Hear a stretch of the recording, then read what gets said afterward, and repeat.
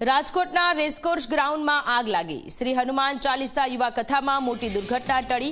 Fire show દરમિયાન VVIP ડોમમાં આગ લાગી। સદનસીબે આગની ઘટનામાં જાનહાનિ ટળી છે। મોટી સંખ્યામાં લોકો હોવાથી અફરાતફરી સર્જાઈ છે। રાજકોટમાં આગ લાગવાની ઘટના સામે આવી છે। શ્રી હનુમાન ચાલીસા યુવા કથામાં મોટી દુર્ઘટના ટળી છે। ફાયર શો દરમિયાન વીવીઆઈપી ડોમમાં આગ લાગવાની ઘટના સામે આવી છે। જોકે સારી બાબત એ છે કે રાજકોટમાં આજે આગ લાગી છે એમાં કોઈ જાનહાનિ થઈ નથી। મોટી સંખ્યામાં લોકો હોવાથી થોડા સમય માટે અફરાતફરી સર્જાઈ, પછી આગને બી કંટ્રોલમાં લઈ લેવામાં આવી।